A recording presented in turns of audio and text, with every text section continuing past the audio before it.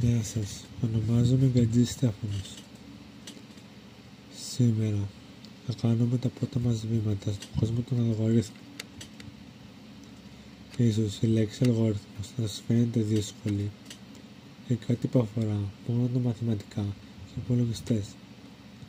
Στην πραγματικότητα όμως, αλγόριθμοι υπάρχουν παντού γύρω μας και τους χρησιμοποιούμε καθημερινά. Σκεφτείτε για παράδειγμα,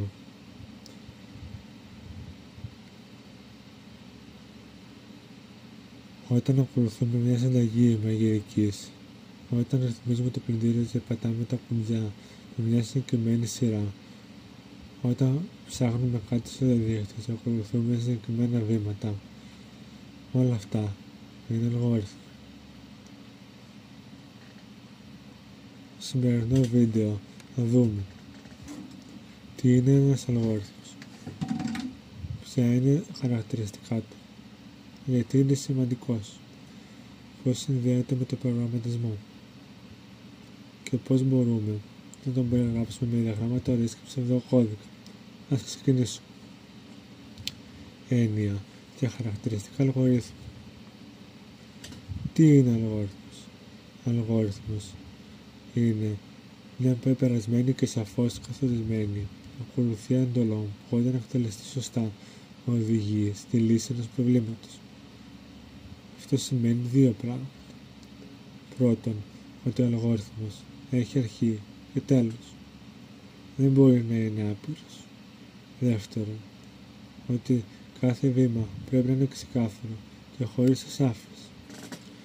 Παράδειγμα, αν θέλω να ψάξω για έναν καφέ φίλτρου, ο αλγόριθμος θα μπορούσε να είναι: παίρνω την καφετιέρα, βάζω φίλτρο, ρίχνω καφέ στο φίλτρο, προσθέτω το νερό στο δοχείο, ανάβω την καφετιέρα, περιμένω μέχρι να γεμίσει η κανάτα, σερβίρω τον καφέ. Αυτό είναι μια σειρά από ξεκάθαρα βήματα που οδηγούν σε συγκεκριμένο αποτέλεσμα. Χαρακτηριστικά αλγορίθμου. Για να είναι σωστός ένας αλγόριθμος, πρέπει να έχει κάποια χαρακτηριστικά. Καθοριστικότητα. Κάθε βήμα πρέπει να είναι ξεκάθαρο. Δεν μπορώ να πω περίμενε λίγο, πρέπει να πω περίμενε 10 λεπτά. Αν αφήσουμε περιθώριο ασάφειας, τότε δύο άνθρωποι μπορεί να κάνουν διαφορετικά πράγματα και να πάρουν άλλο αποτέλεσμα. Δεύτερον, περατότητα. Αλγόριθμος πρέπει να τελειώνει μετά από περασμένα βήματα. Αν λέγαμε περίμενε για πάντα, αυτό δεν είναι πεπερασμένο. Τρίτον, αποτελεσματικότητα. Τα βήματα πρέπει να είναι εκτελέσιμα. Αν σε μια συνταγή γράφει πετάξου μέχρι το φεγγάρι να φέρεις ένα συντατικό, αυτό δεν είναι ρεαλιστικό. Τέταρτον, καθολικότητα. Ένας καλός αλγόριθμος δεν λύνει μόνο ένα συγκεκριμένο πρόβλημα, αλλά μια ολόκληρη κατηγορία προβλημάτων. Για παράδειγμα, ο αλγόριθμος υπολογισμός μέσου όρου 3 αριθμών λειτουργεί είτε οι αριθμοί είναι 2, 5, 7, είτε 20, 40, 60. Δεν είναι φτιαγμένος μόνο για μια συγκεκριμένη περίπτωση.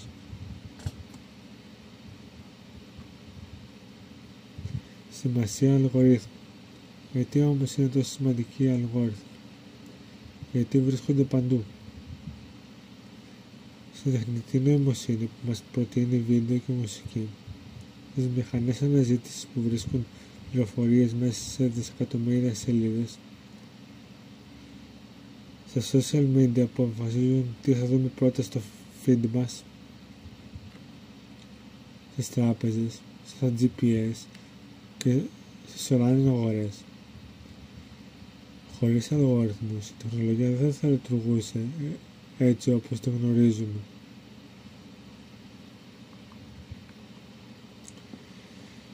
Ιστορική αναδρομή. Η ιδέα του αλγορίθμου δεν είναι καινούργια.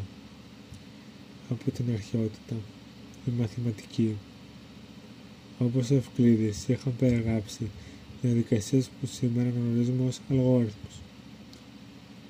Στον 9ο αιώνα, ο Πέρσης μαθηματικός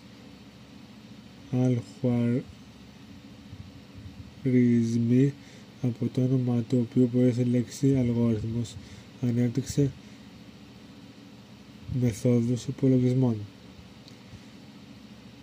Στον 20ο αιώνα, ο Άλαν Τούρινγκ έθεσε τις βάσεις για την θεωρία της υπολογισμότητας, που είναι η θεωρητική βάση της πληροφορικής.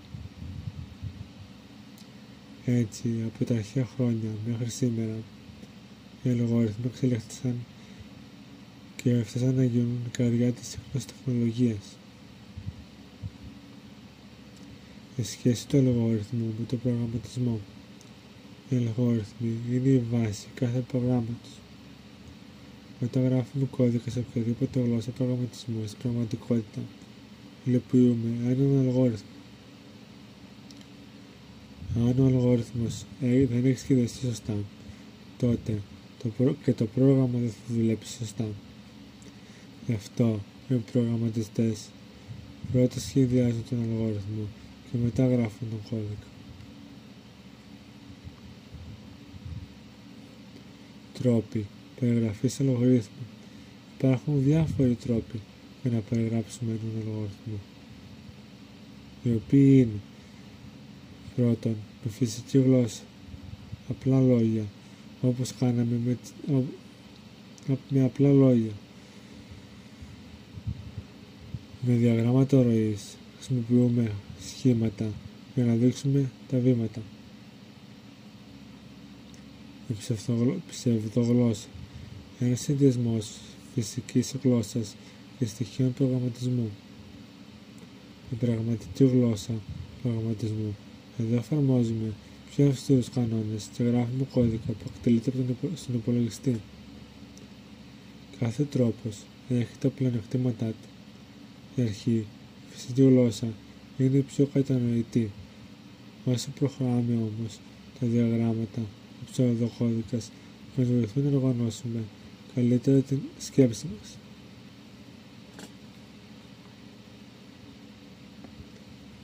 Μέθοδοι ανάπτυξης αλγορίθμου. Πώς δημιουργούμε έναν αλγόριθμο? Υπάρχουν δύο βασικές μέθοδοι. Πρώτον, αναλυτική μέθοδος. Ξεκινάμε από το γενικό πρόβλημα και το σπάμε σε μικρότερα κομμάτια. Παράδειγμα, θέλω να οργανώσω μια εκδρομή. Γενικό βήμα. Οργάνωσε την εκδρομή. Βήματα. Επέλεξε προορισμό. Βρες μεταφορικό μέσο. Οργάνωσε φαγητό. Φτιάξε πρόγραμμα. Συνθετική μέθοδος.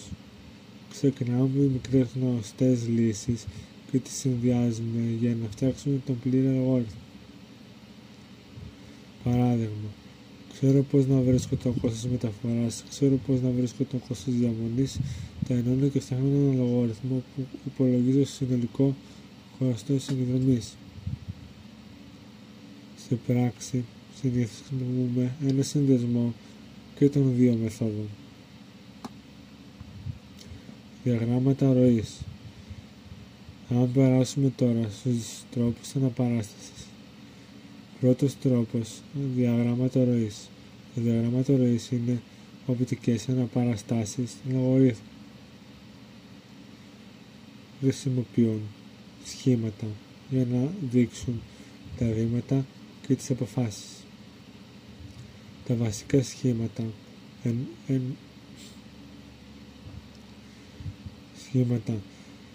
των διαγραμμάτων ροής είναι ο βάλ, είναι η αρχή και το τέλος. Το παραλληλόγραμμο είναι η είσοδος ή έξοδος δεδομένου. Το ορθογώνιο είναι υπολογισμός ή ενέργεια. Ο ρόμβος είναι απόφαση με διαφορετικά μονοπάτια.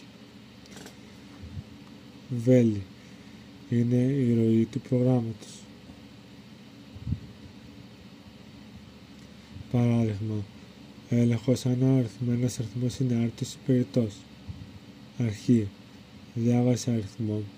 Υπολόγισε υπόλοιπο διέρεση με το 2. Αν το υπόλοιπο είναι 0, τύπος άρτης, αλλιώς τύπος περιττός. Τέλος. Πλεονεκτήματα που έχει τα διαγράμματα ροής. κατανοούμε καλύτερα τη διαδικασία, εντοπίζουμε ευκολότερα λάθη, επικοινωνούμε πιο εύκολα με άλλους την ιδέα μας. Ψευδοκώδικας. Ο δεύτερος τρόπος αναπαράστασης είναι ο ψευδοκώδικας. Ψευδοκώδικας δεν είναι πραγματική γλώσσα προγραμματισμού, αλλά μοιάζει αρκετά. Είναι ένας συνδυασμός φυσικής γλώσσας και προγραμματιστικών εντολών που μας βοηθά να περιγράψουμε τον αλγοριθμό με τρόπο κατανοητό. Χαρακτηριστικά ενός ψευδοκώδικα: απλός και ευέλικτος. Δεν απαιτεί γνώσεις προγραμματισμού. Είναι ανεξάρτητος από οποιοδήποτε γλώσσα.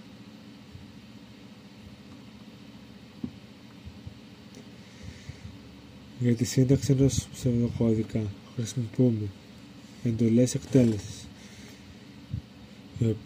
οι οποίες περιγράφουν μία πράξη.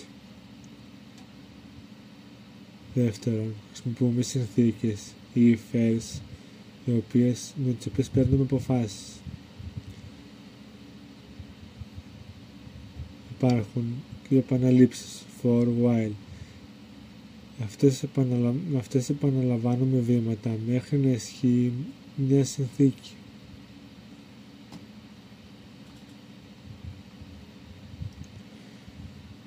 Τα πλεονεκτήματα που έχει ο ψευδοκώδικας είναι ευκολότερη κατανόηση και ανάλυση.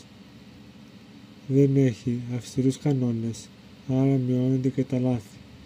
Χρησιμοποιείται σαν πρόχειρο χαρτί πριν γράψουμε το πραγματικό κώδικα. Ας συνοψίσουμε όσα είδαμε σήμερα. Αλγόριθμος ίσον σαφής και πεπερασμένη διαδικασία που λύνει ένα πρόβλημα. Χαρακτηριστικά: καθοριστικότητα, περατότητα, αποτελεσματικότητα, καθολικότητα. Ο αλγόριθμος είναι θεμέλιο της πληροφορικής με ιστορία από τον Ευκλήδη μέχρι τον Άλαν Τούρινγκ. Τρόποι περιγραφής: φυσική γλώσσα, διαγράμματα ροής, ψευδογλώσσα, γλώσσα προγραμματισμού. Μέθοδοι ανάπτυξης: αναλυτική και συνθετική.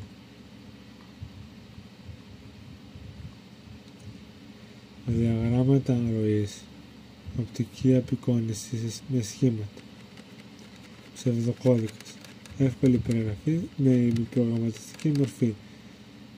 Επιπλέον, χωρίς αλγόριθμους δεν θα υπήρχε προγραμματισμός, δεν θα υπήρχαν εφαρμογές, δεν θα υπήρχε τεχνολογία. Και γενικώς η τεχνολογία δεν θα ήταν όπως τη γνωρίζουμε σήμερα. Σας αφήνω με μια πρόκληση. Προσπαθήστε να σκεφτείτε έναν καθημερινό σας πρόβλημα και να το περιγράψετε σαν αλγόριθμο. Μπορεί να είναι κάτι απλό, όμως όπως πώς δίναμε το πρωί ή πώς ετοιμάζω ένα τόστ. Σας ευχαριστώ πολύ. Παρακολουθήστε το βίντεο.